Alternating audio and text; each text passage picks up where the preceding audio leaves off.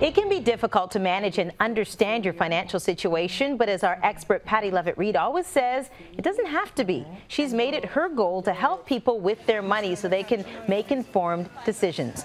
We're teaming up with Pattie for a special series this week to help you prepare for your financial future. Today, in the very first installment, we're looking at the importance of having a handle on your situation. So good to see you, my friend. Hi, Marcy. And the big thing here is be involved. A lot of people are intimidated. They don't want to get involved. They're not sure what to do. But you say, you know what, hands in. Get in there. Absolutely, Marcy, because what can happen is you abdicate responsibility to someone else to manage your money, and I can absolutely guarantee you no one cares more about your money than you do. And so you may not have all the skills and all the tools to say, I can handle this myself, but the really savvy person says, okay, I'm going to reach out for the help that I need, but I am going to be involved. A lot of the times it's about just getting started. You make up your mind to get involved, but what about first steps, Pattie? What should people do? Well, I think the first step is to sort of stand back and say, how do you feel about money? And I know a lot of people kind of find it distasteful to even talk about money because they value other things in their life, like family and friends and giving back to the community, maybe focusing in on their job. But you have to start somewhere, and that is as simple as saying, how much money do I have coming in? What is it I'm spending my money on? And how can I go out there and make my money work as hard for me as I'm working for it? And it sounds so simple, but it's not simplistic. And so maybe you go online, you go into your financial institution, you reach out for help and say, okay, I'm starting out and I don't want to waste years. I want to get going now. Speaking of help, when do people know, or what are the signs, the main signs that people should look for to say, hey, you know what, I need some help here. I need financial help.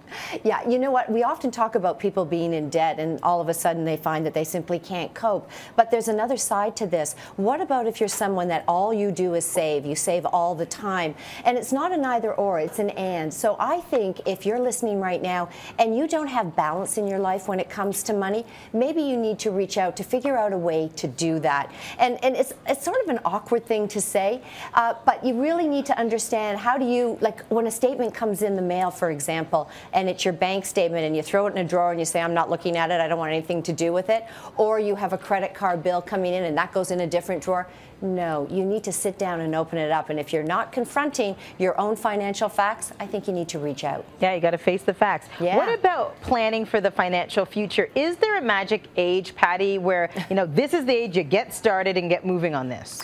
You know, I think once you start to earn an income, even if it's part-time money, it's about what to do with that money. How much money do you actually get to keep in your pocket? I hear so often from people, you know, when I was in my 30s and 40s, I started to realize I couldn't spend everything I had coming in. I wish I'd saved a little more a lot sooner. And so you don't want to waste a decade. So as soon as you start to earn income, figure out how much am I going to save, spend, and even a little bit giving back to charity. And we're going to hear from you all week. We've got an exciting week planned. This is just day one. Give us a little bit of a preview of what people can expect. Well, I know budgets get a bad rap. People don't like them, but I got to tell you, I think they work, and I hope I'm going to convince you to at least consider setting up a budget. For those people who are in debt, we'll talk about ways to get out of debt.